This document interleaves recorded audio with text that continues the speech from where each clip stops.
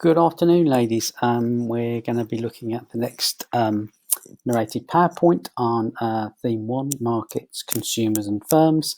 And this is looking at Chapter 17 in your booklets, What Happens When Markets Fail. So we're going to be looking at market failure and externalities, which are some core concepts that you will need to understand. And we'll go through a few examples and also some examples showing how you can present these things graphically as well.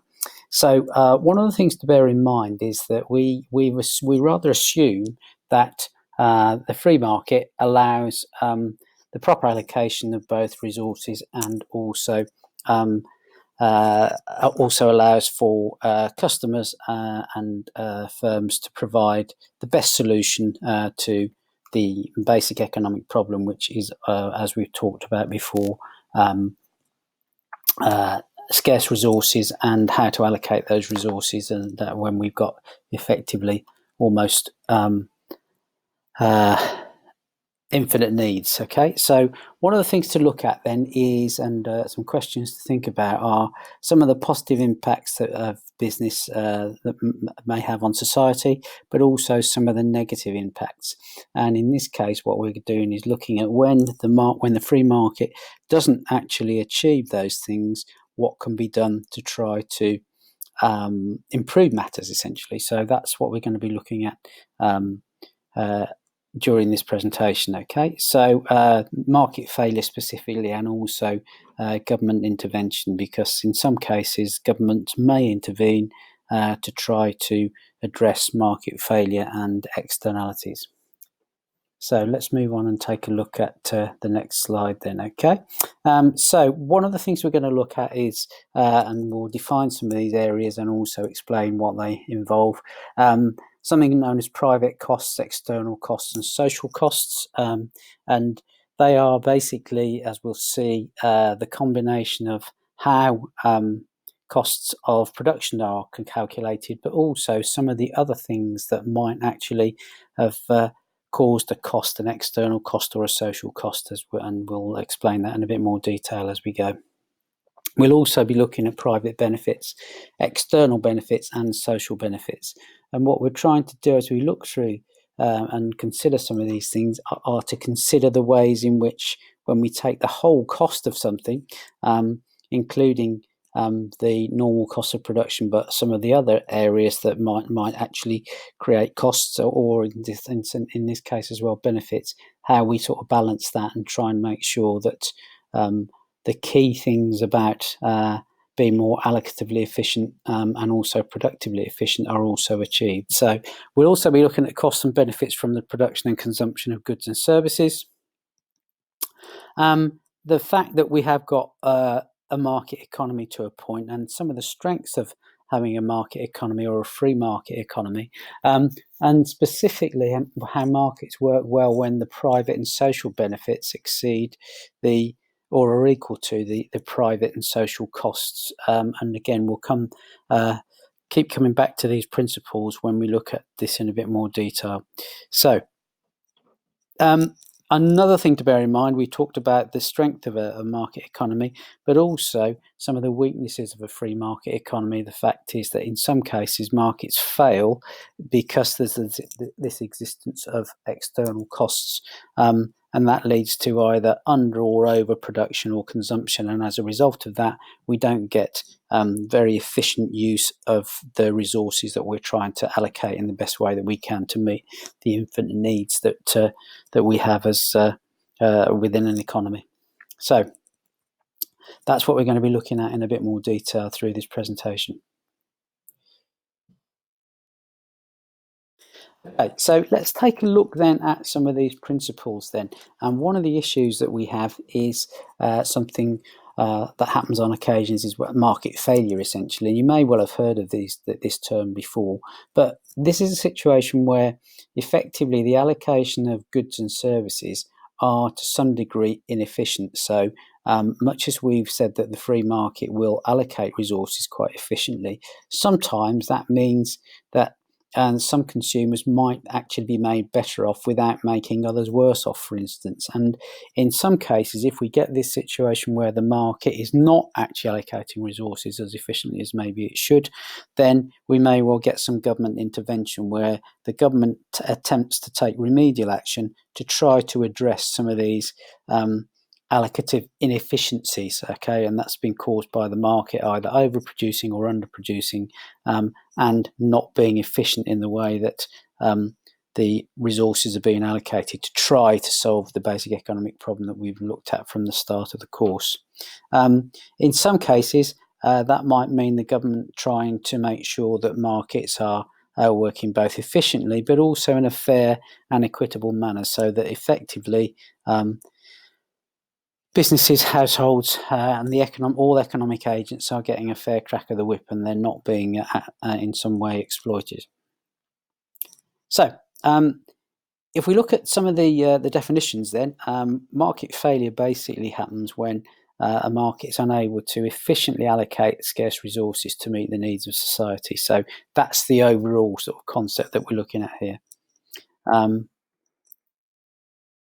So in some cases, or when we're talking about market failure, it's also known as allocative inefficiency. So where we're trying to allocate resources in the best possible way, market failure will be a situation where we're not able to, for a number of reasons, not able to efficiently allocate resources in the best way. And one of the roles of government is to try to, number one, highlight where maybe there is allocative inefficiency, and also to try for the government to try to eliminate this market failure effectively, because clearly, if the government can actually try to improve the way in which resources get allocated and they're the most efficient way, we are going to become more productively efficient as an economy too. In some cases, what governments will do is actually intervene in the market. So we talked about this principle of free market or the free market, and that's where essentially market forces are allowed to allocate resources. But in some cases, the government might intervene in markets in order to address any market failure that might be happening.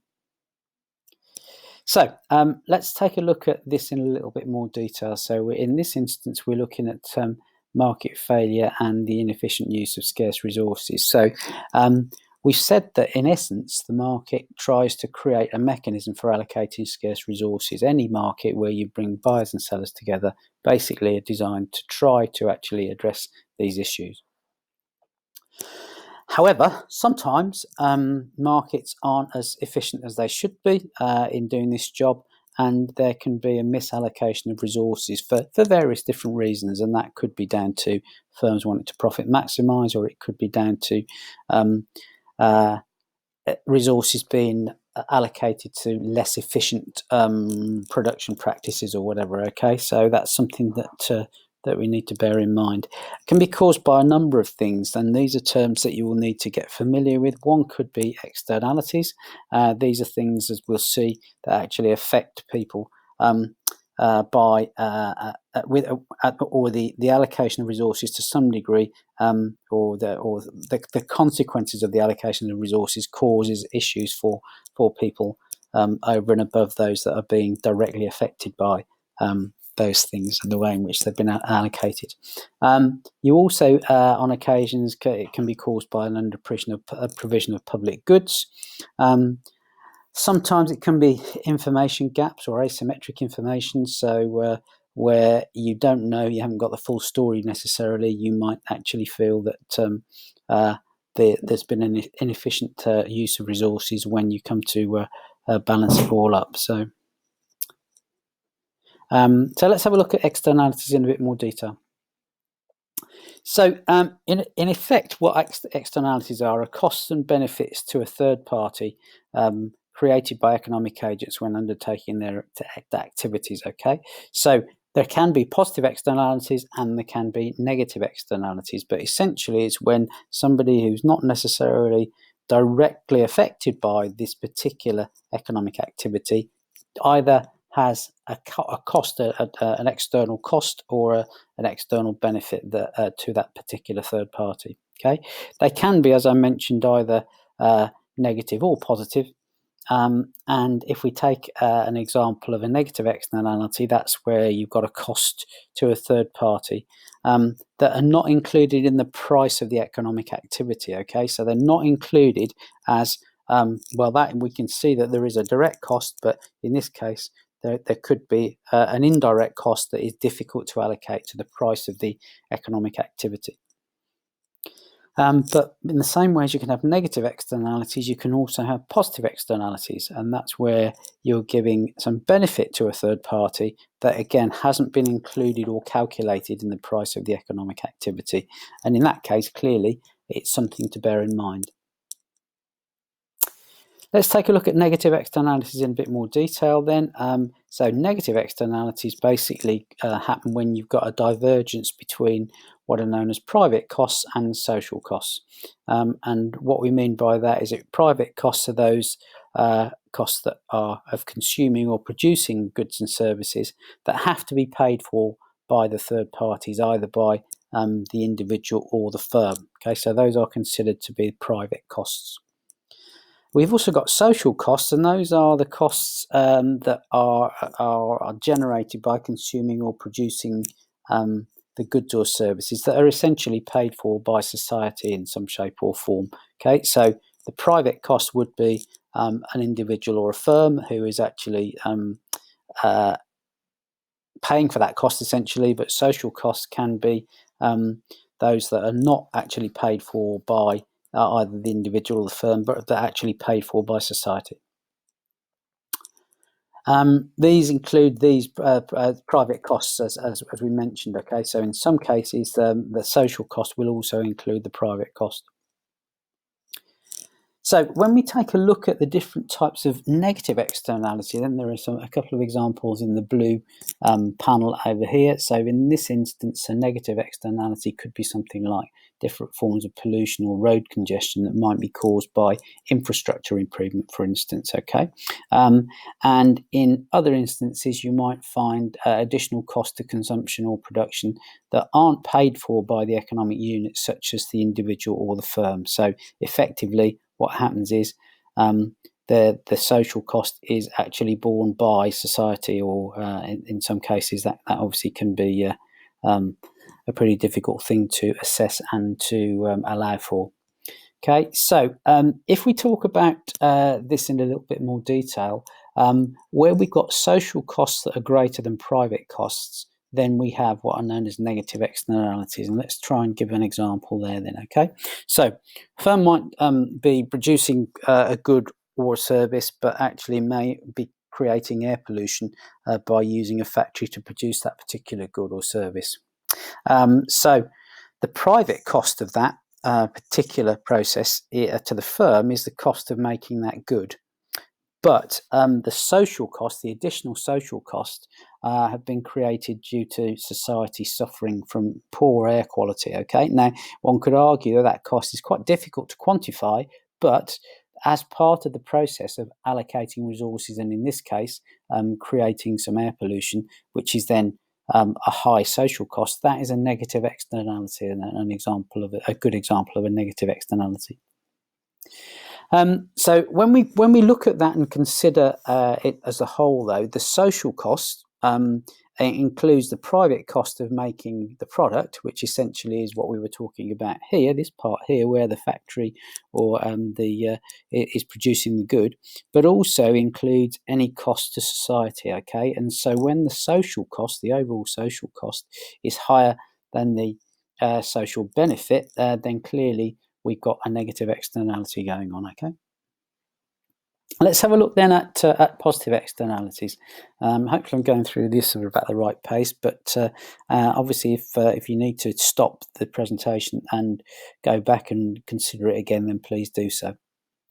So if we take positive externalities, then that's when we get a situation where there's a difference between the private benefits and the social benefits. Okay, so if we then take a look, and this is in a similar format to the last slide, okay, so private benefits are those that that we receive by consuming or producing goods or services that are received by an economic unit. Okay, so effectively, those private benefits have been generated by an individual or a firm, and either the individual has paid for that particular good and received benefits from consuming that particular good. Okay, as they have paid for that part of the process.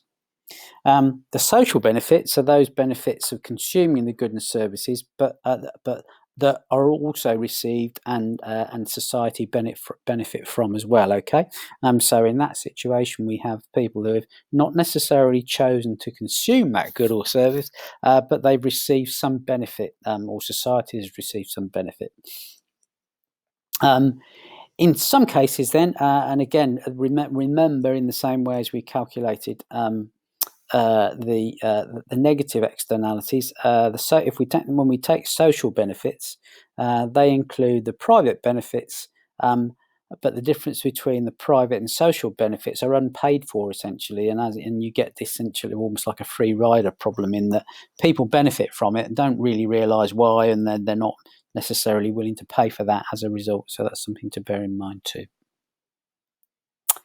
Okay, examples of positive externalities. Again, in the blue panel here, we've got a few examples where effectively positive externalities could be things like having an educated workforce. Well, clearly everybody benefits from getting further education, but a higher education, but also an educated workforce is going to mean that overall economic activity is going to improve, and there's going to be lots of positive externalities. Okay, so in this case, we're talking about additional benefits to consumption or production that are not actually paid for by the economic unit as such, but to some degree, society gets some benefit from that. Okay, so this is again essentially to sort of summarise that we're talking about social benefits that are greater than the private benefits, and if we're in a situation like that, we've got positive externalities happening. Okay, so for instance,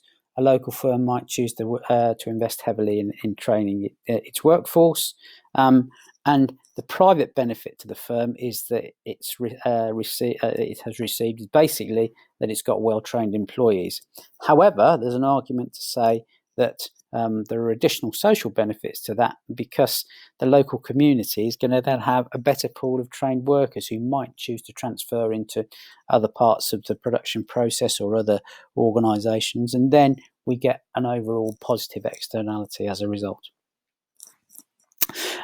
Again, remembering that when we're calculating this, a social benefit or the social benefits involved include the private benefits of the training, but also they include the additional benefits to society. So remember, the private benefits would go to one of the economic agents who's been responsible in this case for training its workforce. So it would be the organisation or the firm, but clearly then there are additional benefits to society over and above that private benefit of the training to the economic agent.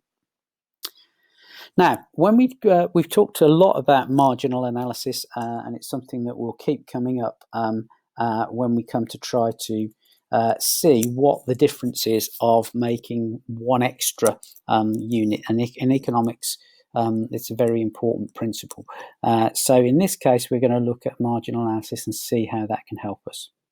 So this is basically going to help us to understand the principle of externalities, both positive and negative. Okay, so when we're talking about marginal analysis, we're looking at the benefit or the cost we receive from consuming or producing one more unit. So marginal revenue, marginal cost, and also marginal analysis. It's all about when you're actually looking at what difference producing one more unit would have to the process. So in this instance, we mentioned a number of things. We're going to look at marginal benefit in the first instance. And that, again, is the benefit to a consumer of consuming one more unit of a good or a service. Okay. The marginal cost, and sometimes we want to look and see whether the marginal benefit or the marginal cost is higher, and which one is higher. But the marginal cost is basically the cost to a producer of producing one more unit of a good or a service. And clearly, if we're getting a more marginal benefit than the marginal cost, then probably organisations will keep on producing. But we'll come back to look at that and hopefully demonstrate in this case that if we get greater marginal benefit for producing one more unit than the actual cost, then the likelihood is that we will carry on producing. Now, we're going to look at how we can consider marginal private benefit and the way in which we can then show that the demand curve is a very similar principle. So in this case, we're looking at marginal private benefit and marginal private cost. And those are things that we will use to try to understand the principle of externalities to a greater degree. So in this instance, if we take our example here, and I'll try and move some of this stuff so that you can see the, in this case, the slide slightly better. There we go. So in this instance then, we've got a situation going on where we've got the marginal private benefit is basically the additional amount of satisfaction that a consumer gains from an additional unit of a good or service. Okay, so that's one to bear in mind and to consider.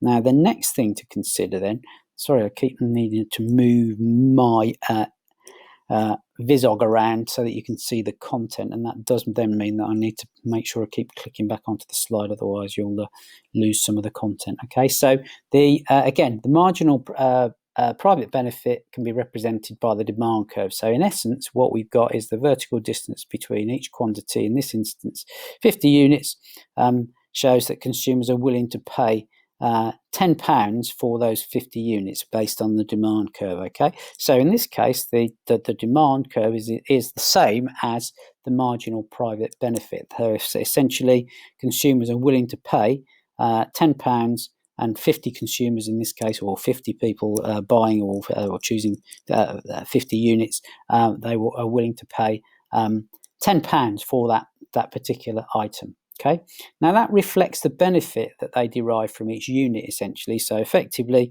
we're paying £10, we're receiving the good, and we're deriving a certain amount of benefit from each unit that we've purchased. Okay. Now, this can also be recognised in lower prices that consumers are willing to pay for an additional unit, because one of the issues is, if we talk about diminishing utility, which is something that we looked at early on in the course, one of the issues is that as we actually consume an extra unit of the same item, then the overall satisfaction will decrease as we consume more. So that's something to bear in mind, okay? And effectively, you can see that if we actually then dropped our price down but actually looked at a higher quantity, then effectively we're going to get less utility from those from that extra unit at a lower price. Okay, so in that situation, exactly like we've said there, our demand curve and our marginal private benefit is going to be reflected in that demand curve. Okay, so we're getting sufficient marginal private benefit for each extra unit to actually keep buying those units. Okay. Okay, so let's take a look at the next thing to bear in mind then when we're talking about price and marginal cost. And again, this should help to explain and hopefully for you to understand this principle.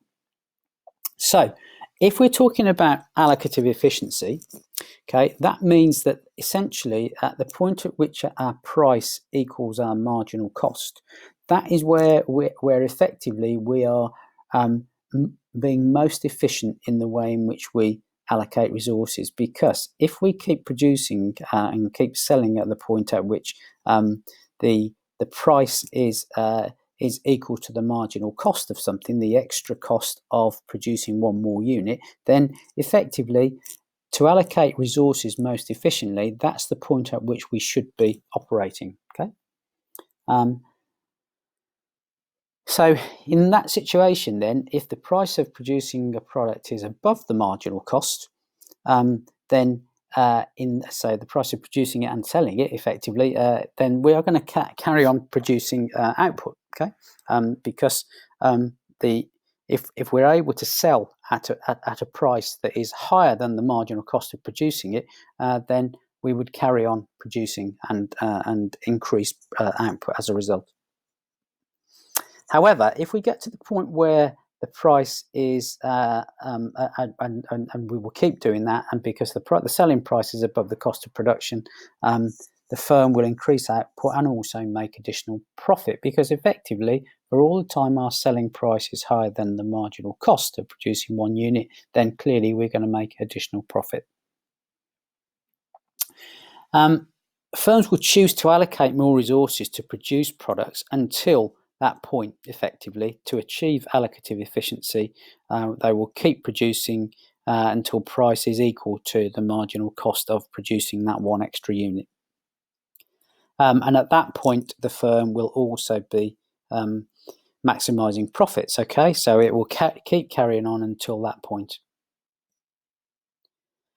If we get to a situation where the marginal cost was higher than the price and the selling price that the firm would be getting for selling its goods or services, then it would be making a loss on each of the extra units that it was producing. And clearly, in order to be as efficient as possible and to also be as profitable as possible, that would be a situation where you would actually probably stop producing. Now, if we then take a look at price and we've looked at price and marginal cost, but now we're going to look at in the same way at something slightly different, where we're looking at supply being the same as the marginal private cost. Okay, so in this situation, we looked at previously where the marginal cost and the price that we're achieving for that particular product, the marginal private benefit was equal to the demand curve. So when we're talking about the cost of producing, okay, then clearly that's to do with the supply, so the supply side of the equation, effectively. So in this situation, we've got costs increasing, and a producer can only make profit from an additional unit if the price it can sell for is higher than the cost of producing that unit. Okay, and a firm will stop supplying when that additional cost is higher than the price that they receive for producing that additional unit. And so one could argue that the marginal private cost the curve is going to have a relationship between cost price and the quantity supplied by that particular product, and that's shown again in the scenario that we're showing here on the slide. So I just have to move a few things around in order for you to be able to see it properly. First things first then, we're looking at marginal cost, marginal private cost, and that is the cost of the producer, or cost of the producer of producing an additional unit.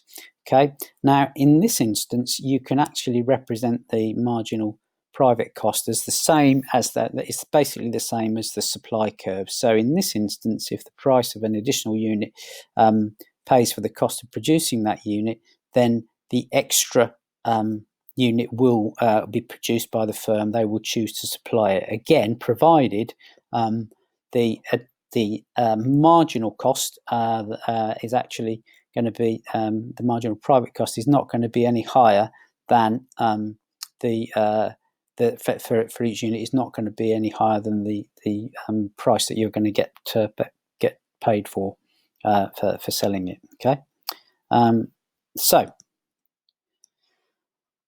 in this instance, what we're seeing is that the supply curve is reflecting the higher prices that will lead to more being supplied by firms, provided they cover their costs for producing that additional unit. Okay, so that sort of gives you some background and hopefully starts to get you familiar with the way in which you can show that graphically too.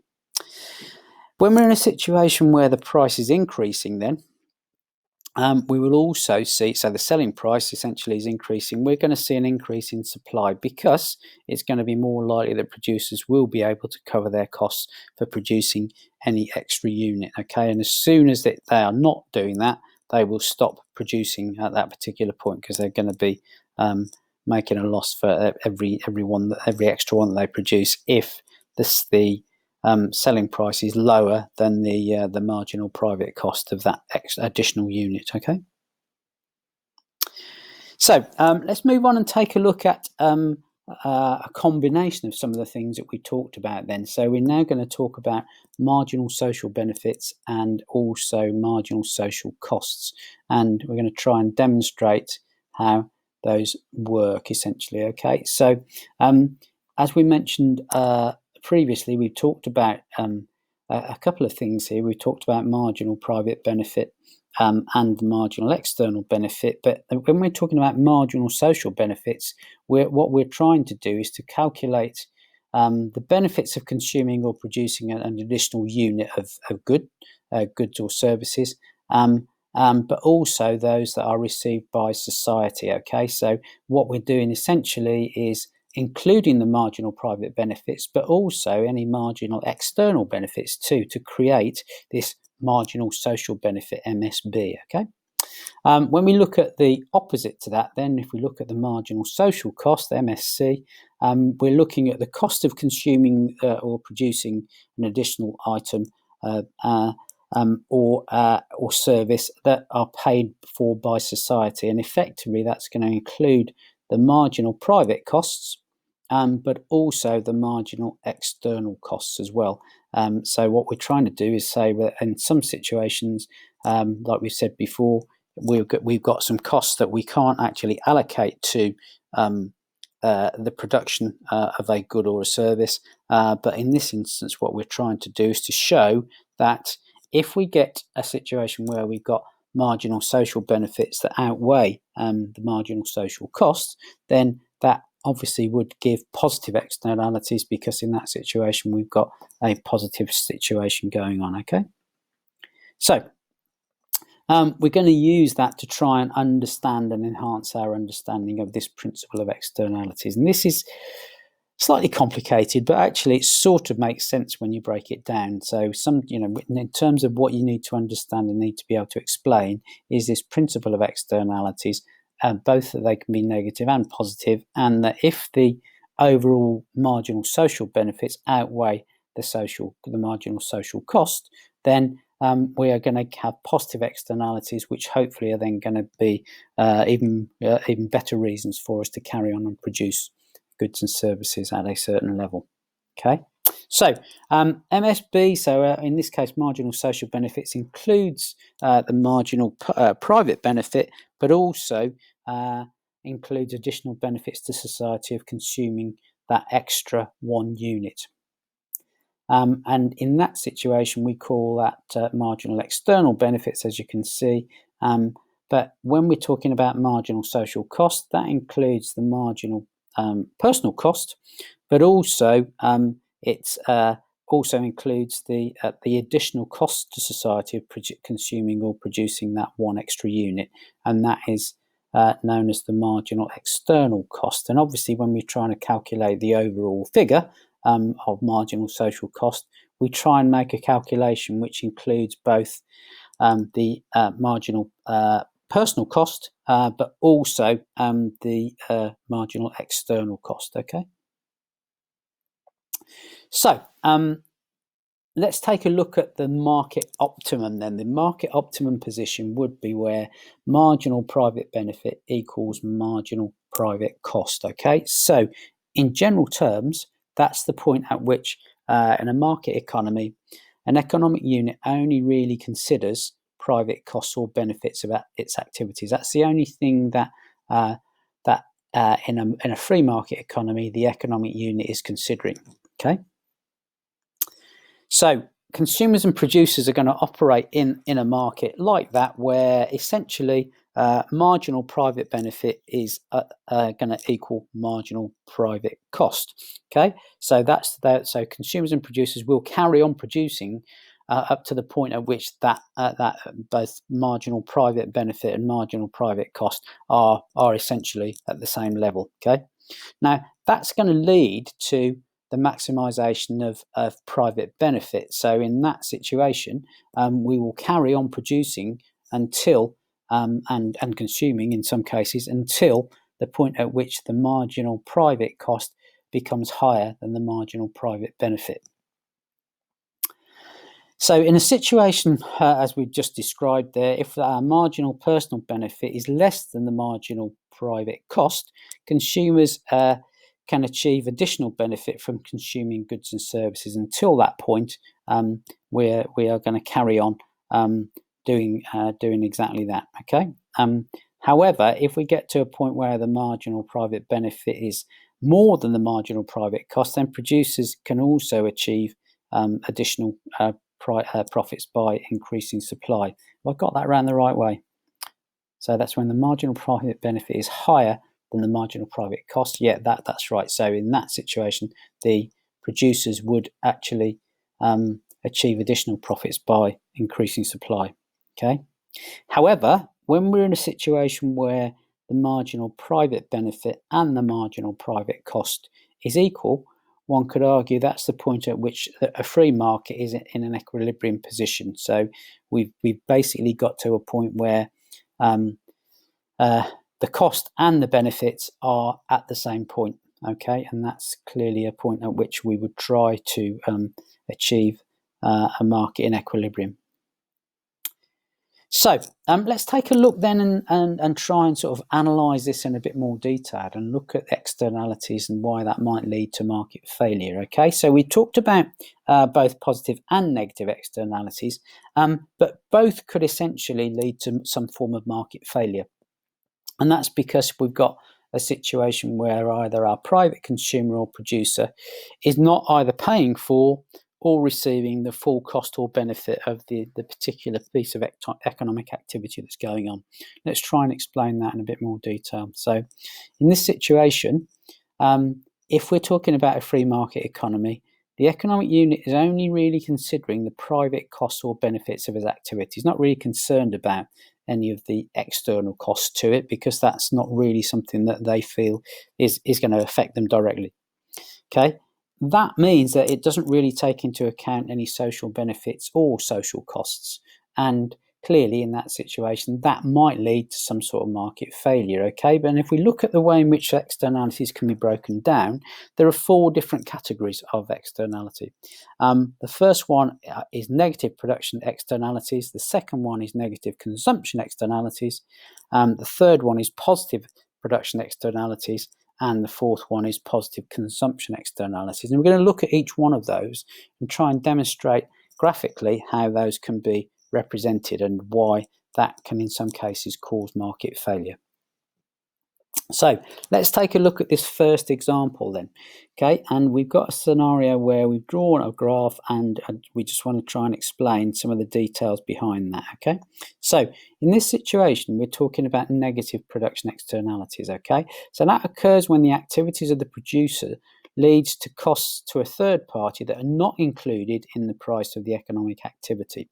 Okay, and that's shown by the graph that's drawn on the slide here. Okay, I'm going to break that down and try and explain what that means and how that all works then. Okay, so we're suggesting that our firm is going to be have its optimal level of output at Q.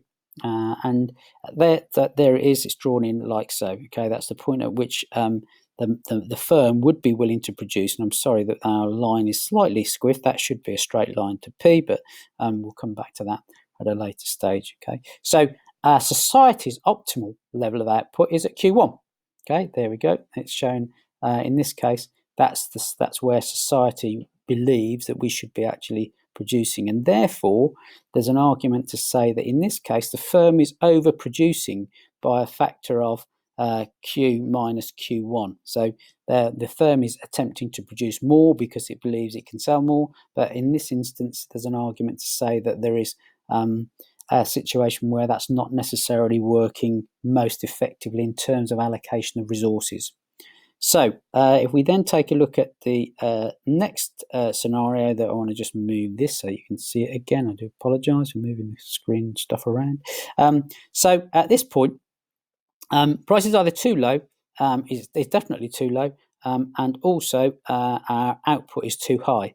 And so as a result of that, although it might suit the supplier, it's not necessarily suiting the consumer. So effectively, there is allocative inefficiency in terms of the way in which resources are being allocated to, in this case, produce the situation that we find here. Now, let's take a look at this and try to explain in a bit more detail how these negative production externalities have been calculated. Okay, so in the diagram, you can see our supply curve S takes into account the cost of the firm producing the product, the private cost, if you like, the marginal private cost is our first supply curve. But what happens when we get to a situation where we include the cost of society, the cost to society, the supply curve would shift to the left up to S1. Okay, so what we're now including is, in addition to the marginal private cost, we're also including the marginal social cost. Okay, and in that situation, clearly that's going to mean that we're going to have higher cost to society of that negative externality, and that's going to be greater than the cost produced by the producer or charged by the producer. Okay, so if we were going to include the full social costs, okay, and the full costs of including some of the negative things that are going on as far as allocation of resources, and also the fact that we've got these extra social costs. In that scenario, we would actually be performing and operating at S1. And where demand and S1 would cross, basically we would choose to produce at quantity 1 and at P1 in terms of the overall price. Okay, so that essentially explains that. Now, the other thing to bear in mind in this case, where we've got this grey area here, okay, so the difference between the position of the first supply curve, which didn't include the marginal social cost, we've got a scenario where effectively this cost to society is demonstrated and shown by this grey triangle here, okay, and that's also sometimes known as the welfare loss, okay, and this basically measures the difference between the social cost and the private cost at output levels between Q and Q1. Okay, so hopefully that explains that reasonably clearly. So whenever we get this situation where we're trying to consider the marginal social cost in addition to the marginal private cost, in some cases these differences cause, in this case, a cost to society, and that is also known as a welfare loss in some instances. Okay, so hopefully that's reasonably clear. Now, we're going to do the same for positive production externalities and the other two categories too, okay? So same sort of principle. We've again got a similar sort of drawing where we're showing marginal social cost, marginal production cost, marginal private cost, and also in this situation, but in this scenario, we've got positive production externalities. Okay, and those things happen when producers, the activities of producers lead to benefits for a third party that aren't included in the price of the economic activity. So, in essence, we get what's known as a welfare gain. Okay, where in that situation, the social cost is lower than the private cost, and society gains. Because it doesn't actually have to pay for the difference between those two things. Okay, so let's take a look at this and break it down in the same way as we did on the last slide. So again, we're suggesting that in this case, our firm's optimal level of output is at Q, but society's optimal output is at Q1. Okay, and so in this case, we've got a firm that's actually underproducing at Q.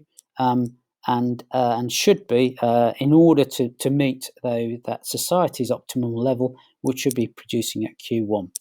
Now, in that scenario, we've got a similar sort of situation going on again, but in the opposite way to the last slide. So in this case, the price is too high. You can see in this case at Q, we've got the price set at P, and in this instance, output is too low, so we could produce more. And again, we've got this allocative inefficiency in this case for a slightly different set of reasons, but effectively the same sort of thing is happening. Okay, so in this case, if we then take a look at S1, where we're talking about including the marginal social cost as well. Okay, effectively. S1 supply curve 1 has moved down to the right of our first supply curve, as the cost to society of the positive externality will be less than the cost to the producer. And in that scenario, we've got social costs, when we include social costs, the full costs, we would then operate at S1, and demand would be at P1 and Q1. And so in that scenario, you can see that we have got some benefits to society, some positive benefits. Okay, so the benefit to society in this case is basically a welfare gain, and again you can see that from the grey shaded area. Okay, and that basically measures the difference between the social cost and the private cost at output levels between Q and Q1. Okay, so again that scenario there, because we've got these positive changes where essentially we're getting higher levels of marginal social costs that aren't having to be paid for, then effectively we're getting welfare gain going on in this area here. Okay. So let's take a look at the next example then. This time we're looking at negative consumption externalities, and those occur when the activities of consumers lead to a loss of benefit to a third party and they are not included in the price of the economic activity. Okay, so in this situation, this could be an example of something like smoking, for instance, and the negative externalities that might lead to. Okay, but let's take a look again. Let's just break it down in the same way as we did previously. So we've got a consumer's optimal level of output at Q and society's optimal level of output at Q1. Okay, now in this situation, one could argue that the consumer, because they are they're wanting to consume at a higher level, are essentially over consuming from Q to Q1. Now that situation then, in that case, where we might actually have a loss of benefit to society, okay, in this situation what we're saying is that there is a difference between the social benefit and the private benefit at different levels of output. Okay, now in this scenario, okay, if we assume here that the customer gains benefit of consuming a good and service on the demand curve D initially, okay, so the marginal private benefit is included within our demand curve here and is the same as the demand curve D, but in this instance the social benefit is below and to the left of that private benefit, as the benefits to society of that negative externality will be lower than the benefits to the individual consumer. Okay, and in that scenario we have a situation where effectively a consumer will maximize their private benefit at the point at which S and equals demand at PQ. Okay, so at this point here, okay, P and Q, that's where they would be maximizing their own private benefit. However, if we include the social benefits, then we should see, particularly in this case, because of this overconsumption, then in this scenario we could find that if we included our social benefits to D1, then effectively we can see that we would actually be performing at a lower level, we're producing less and reducing the price to actually get to a point where we're getting to be more allocatively efficient, where we've included the difference between the marginal private benefit and the marginal social benefit. Okay, let's take a look at the last of these examples then, where we've got positive consumption externalities, and those happen when the activities of consumers lead to benefits to third parties that are not included in the price of the economic activity. Okay, so let's take a look at how this works. We've got a similar sort of scenario where we've got demand curves and supply curves, but in this instance clearly it's to do with consumption externalities. Okay, so again, similar sort of situation. Consumers' optimum level of output is at Q, but society's optimal level of output is at Q1. Okay, so for various reasons, in this case, society is benefiting over and above the individual consumer by a factor of Q minus Q1. Okay, and in this situation, our consumer is actually under-consuming. So society is suggesting that we could benefit more by consuming more of a particular good or service. And in that scenario, that would essentially create a benefit to society or a welfare gain, and that can be seen again by the grey shaded area, where in this case it measures the difference between social benefit and private benefit at the two different output levels. Okay, so when we then look at what the consumer gains from that benefit of consuming the good or services, when we draw in our initial demand curve, we can see that we're just looking at the marginal private benefit of that particular consumer. But when we also consider the social benefit, which is above that and to the right of the private benefit, and as a result of that, creates a new demand curve at D1.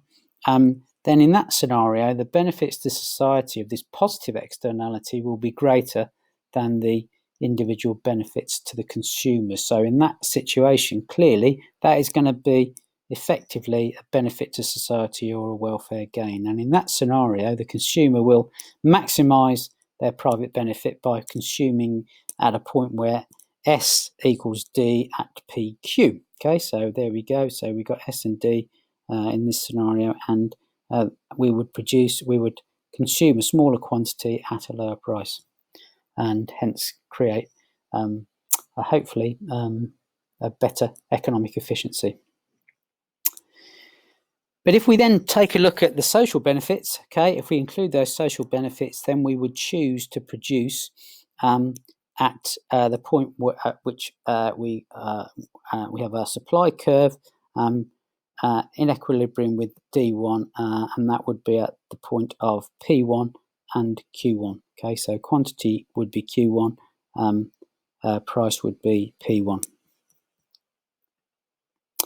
Okay, so when we take a look at this in a little bit more detail, then where we've got this principle of marginal private and social cost and benefit curves, we can see that in this situation we've got a scenario where we've plotted marginal private and social benefit curves, and also marginal private and social cost curves.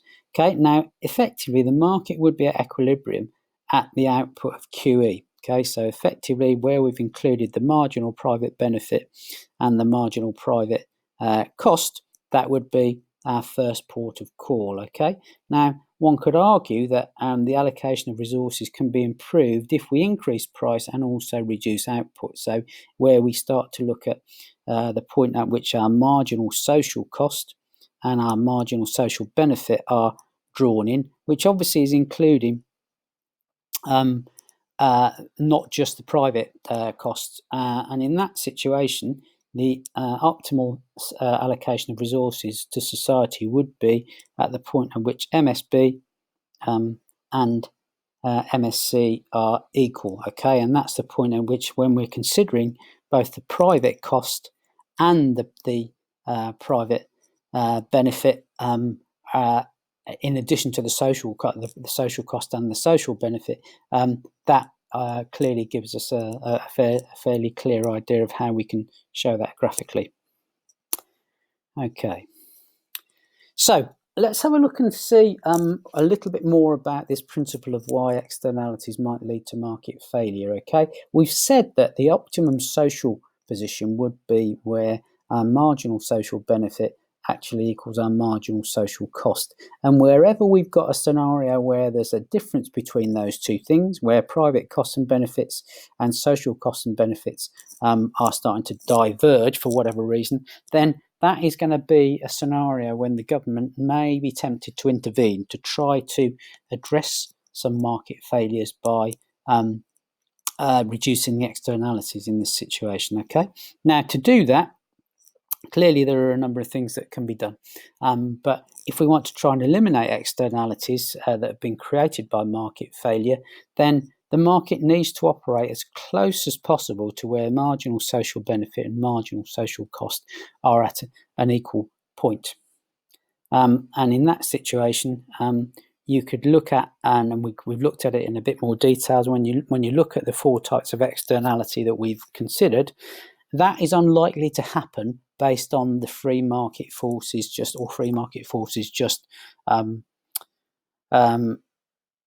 allowing that to happen based on no sort of intervention. And in that scenario, economic units might be looking to produce at a point where their marginal private benefit equals their marginal private cost, and clearly that would be efficient for the economic unit.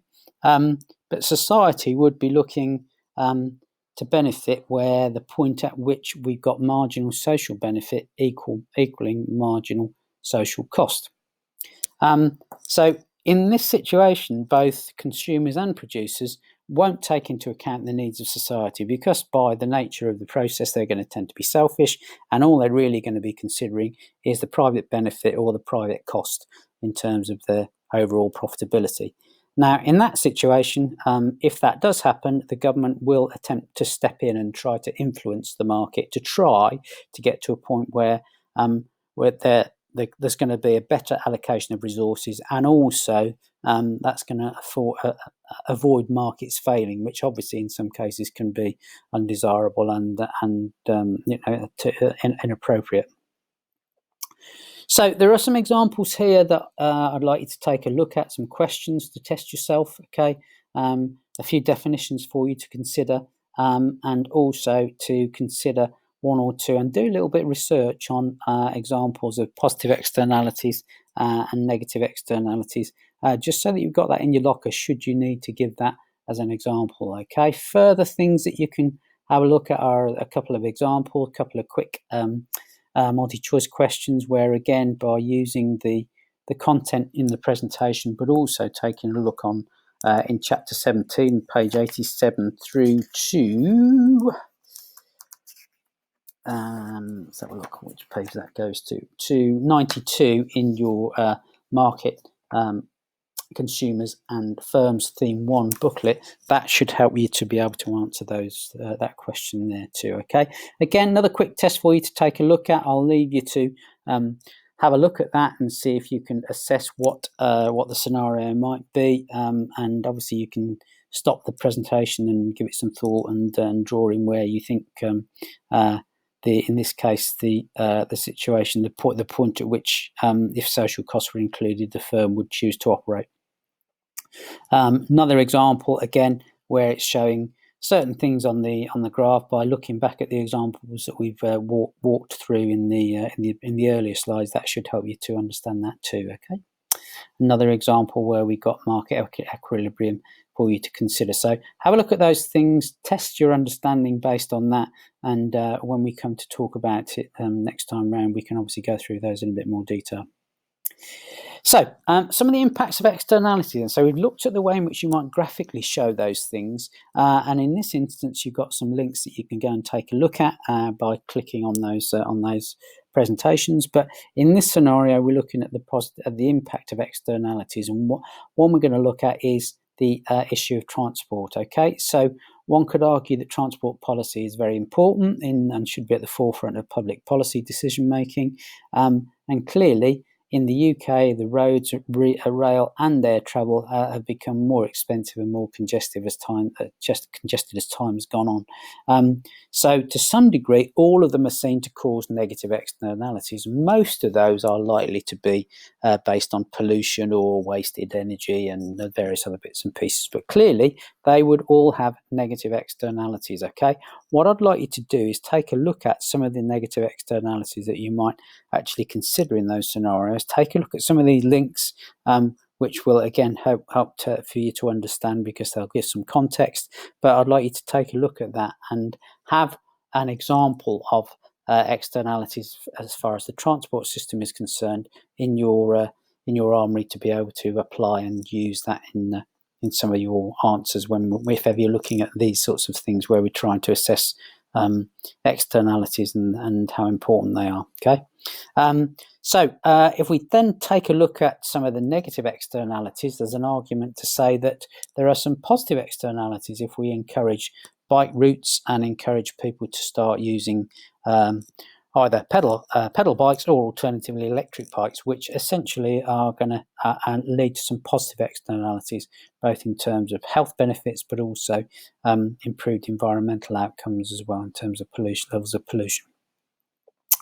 Another example that you can take a look at, which is quite a nice example, which is worth doing a bit of research into, and given how current it is at the moment, the NHS or healthcare in particular, and some of the impacts of externalities. Okay, now I reckon that, and this was back in 2014, and I suspect that's significantly higher given the scenario that we find ourselves in at the moment, that the UK was expected to spend something in the region of about 130 billion on healthcare in 2014. Okay, at that time, effectively, had over 1.5 million employees, and clearly there was a significant amount of stuff going on, and still is, in the healthcare market. Okay, but one of the things I'd like you to take a look at is think about some of the issues around healthcare spending, and should governments intervene in markets. One could argue that in terms of intervening in markets, and maybe in this case, maybe some